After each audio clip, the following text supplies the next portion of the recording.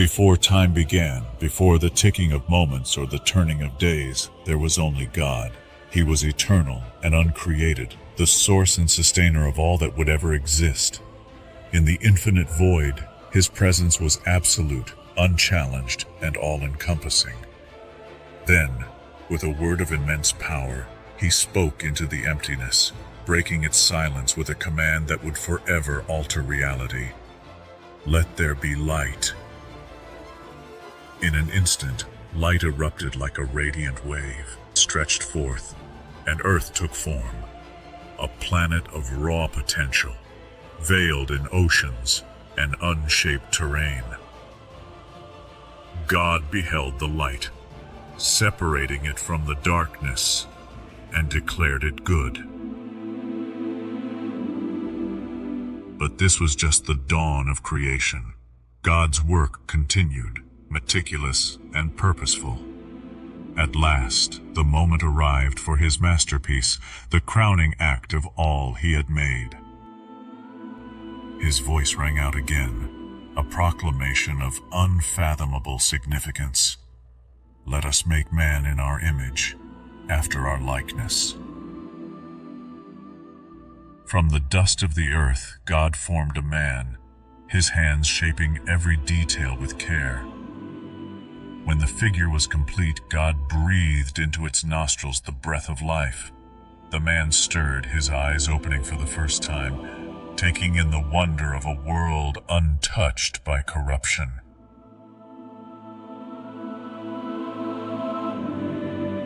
Adam, God named him, the first of humankind. Yet even amidst the perfection of Eden, something was missing.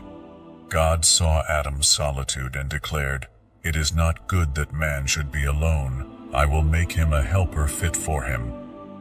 So as Adam slept, God took one of his ribs and, with divine craftsmanship, formed a woman. When Adam awoke, his gaze fell upon her, and a profound joy filled him. "This at last is bone of my bones and flesh of my flesh," he exclaimed, recognizing in her the completion of himself. The woman, Eve, stood beside him, and together they reflected the image of their Creator. Eden was paradise. Its rivers flowed with life, its fruit trees bore abundance, and its skies were serene. But danger crouched in its beauty. A serpent, cunning and malicious, slithered into the garden, its eyes glinting with deceit.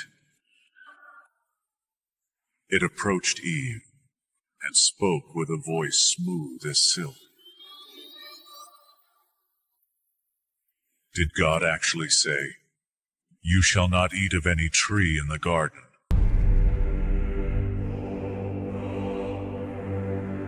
Eve hesitated but answered, "We may eat of the fruit of the trees in the garden, but God said, 'You shall not eat of the fruit of the tree that is in the midst of the garden, neither shall you touch it, lest you die.'"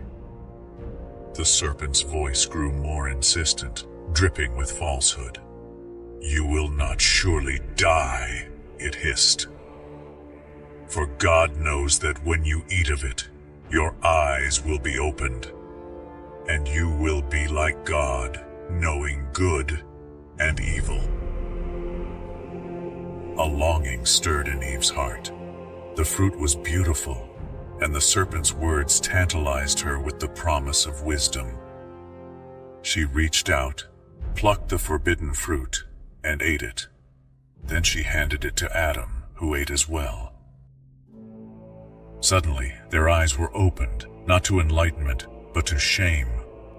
For the first time, they realized their nakedness, and they hurried to cover themselves with fig leaves. The air of Eden, once vibrant and alive, grew heavy and foreboding. In the stillness, the sound of God's footsteps echoed through the garden. His voice called out, a mixture of sorrow and sternness. "Adam, where are you?" Trembling, Adam stepped forward. "I heard you in the garden, and I was afraid because I was naked, so I hid," he admitted. God's question followed like a thunderclap. Who told you that you were naked? Have you eaten of the tree of which I commanded you not to eat? Adam shifted, his voice faltering. The woman whom you gave to be with me, she gave me fruit of the tree, and I ate. God turned to Eve. What is this that you have done? She answered, her voice trembling. The serpent deceived me, and I ate. Judgment came swiftly. To the serpent God pronounced, because you have done this, cursed are you above all livestock and above all beasts of the field. On your belly you shall go, and dust you shall eat all the days of your life. I will put enmity between you and the woman, and between your offspring and her offspring. He shall bruise your head, and you shall bruise his heel. To Eve he declared, I will surely multiply your pain in childbearing. In pain you shall bring forth children. Your desire shall be for your husband, and he shall rule over you. And to Adam he said, Cursed is the ground because of you. In pain you shall eat of it all the days of your life. Thorns and thistles it shall bring forth for you. By the sweat of your face you shall eat bread until you return to the ground. For out of it you were taken.